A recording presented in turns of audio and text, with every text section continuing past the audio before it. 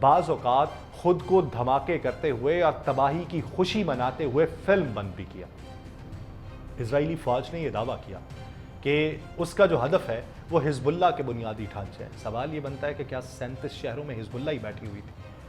حزب اللہ پھر دعویٰ کرتی ہے کہ شمالی اسرائیل میں اسرائیلی بیرکس پر انہوں نے بمباری کی۔ حزب اللہ نے کہا کہ اس کے جنگجوؤں نے شمالی اسرائیل کے اوپر گلیل علاقے میں غیر قانونی جو سیٹلمنٹس تھیں، غیر قانونی آبادکاری جو تھی، وہاں پہ اسرائیلی فوجیوں کی ان بیرکس میں راکٹ سالو کے ساتھ نشانہ بنایا، اور یہ حملہ جو تھا وہ صبح سویرے ہوا جب حزب اللہ نے ایک اور راکٹ حملے کا دعویٰ کیا جو رات کے 12 بجے کے بعد لبنان کے شہر میرون الراس کے جنوب مغربی نواحی علاقے میں اسرائیلی فوج کے اوپر کیا گیا تھا۔ عراقی اسلامی مزاحمت نے جنوبی اسرائیل پر ڈرون حملے کی ذمہ داری کو قبول کیا، اور انہوں نے اور ان کے اتحاد نے جنوبی اسرائیل میں اہم ہدف کے خلاف ایک ڈرون حملے کی ذمہ داری کو بھی قبول کیا، اور انہوں نے اور ان کے جنگجوؤں نے جنوبی اسرائیل میں ایک اہم ہدف پر ڈرون حملہ کیا اور دعویٰ کیا کہ یہ آج کا چھٹا ایسا حملہ ہے جو ان کے اوپر کیا جا رہا ہے۔ اسرائیلی فوج نے پہلے کہا تھا کہ اس نے مشرق سے آنے والے ایک ڈرون کو روک لیا، لیکن موجودہ صورتحال کے تناظر میں گزشتہ 24 گھنٹوں میں اسرائیل کی کارروائیوں کے نتیجے میں کیا ہوا؟ کم از کم 17 فلسطینی غزہ کے اندر شہید ہوئے، 86 زخمی ہوئے۔ غزہ کی صحت کی وزارت کی جانب سے فراہم کردہ یہ معلومات ہیں جنہیں اسپتالوں میں پہنچایا گیا ہوگا۔ جب کمال عدوان اسپتال کے اوپر حملے ہو رہے ہیں تو سوچئے کہ ایک شخص اگر زخمی پڑا ہے، کرب کے اندر مبتلا ہے، تو کیا اسے اسپتال میں لے کے جائیں گے جو جزوی طور پہ فعال ہے، کہ جہاں کا اندیشہ یہ ہے کہ اس کے اوپر بھی حملہ ہو جاتا ہے، یا اسے وہاں نہیں لے کر جائیں گے اور اس کا علاج جو ہے وہ اپنے طور پہ کیا جائے گا؟ تو وہ رپورٹ کہاں پہ ہوگا؟ سوچئے وہ جو رپورٹ نہ ہو سکے ان کے گھر والوں پہ کیا بیتتی ہوگی۔ اسرائیلی افواج نے شمالی غزہ میں کمال عدوان اسپتال پہ دوسرے دن بھی حملہ کیا، جس کے نتیجے میں طبی عملہ، مریض بشمول نوزائیدہ بچے زخمی ہوئے۔ اسرائیلی حملوں میں کم از کم 16 افراد کی شہادت ہوئی، 90 زخمی ہوئے، اور خاص طور پر لبنان میں جہاں اسرائیلی حملے تیرا اور بنت جبیل کے دیہاتوں میں جاری ہیں، وہاں پر ملبے سے زندہ بچ جانے والوں کو نکالنے کی کوششیں جاری ہیں۔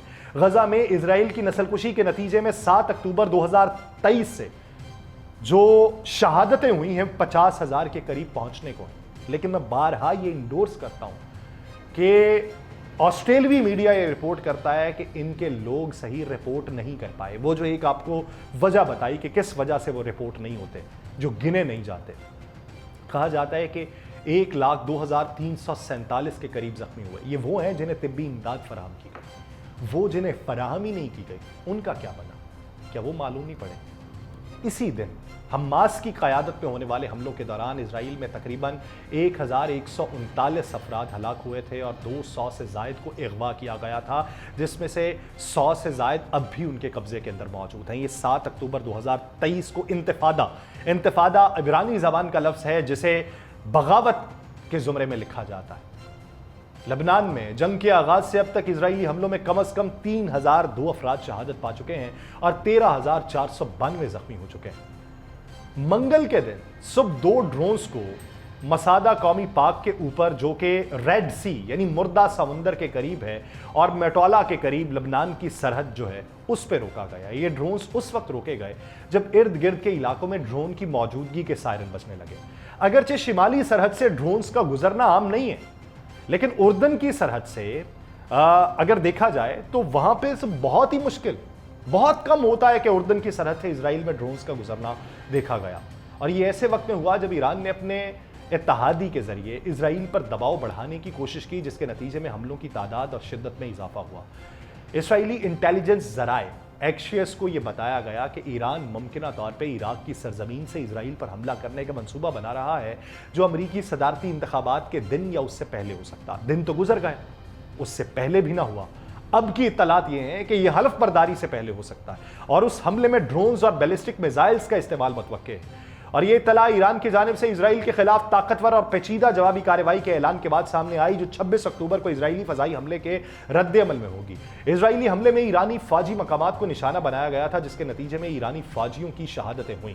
ایرانی حکام نے علاقائی سفارتکاروں کو یہ بتایا کہ جوابی کارروائی پہلے کی نسبت زیادہ جارحانہ ہوگی اور ممکن ہے عراقی سرزمین استعمال کی جائے۔ امریکہ نے ایران کو مزید کشیدگی سے باز رہنے کی تنبیہ کی اور کہا کہ اگر ایران نے حملہ کیا تو اس کے سنگین نتائج برآمد ہوں گے، لیکن گزشتہ 2 دنوں میں ہم نے یہ دیکھا کہ پولیٹیکل کمپین کے اندر کمیلا ہیرس اور ڈونلڈ ٹرمپ دونوں ہی مسلمانوں کو یہ یقین دہانی کرواتے رہے کہ اگر ہم برسر اقتدار آئے تو امید کرتے ہیں پوری کوشش لگائیں گے غزہ جنگ کا خاتمہ ہو جائے، لیکن زبان و بیان اور حقائق یہ دونوں میں بڑا فرق ہوتا ہے، اور یہ فرق ہمیں اس دنیا کے اندر دکھائی دے رہا ہے، جانے کب تک دکھائی دے گا۔ مجھے دیجیے اجازت، اللہ نگہبان۔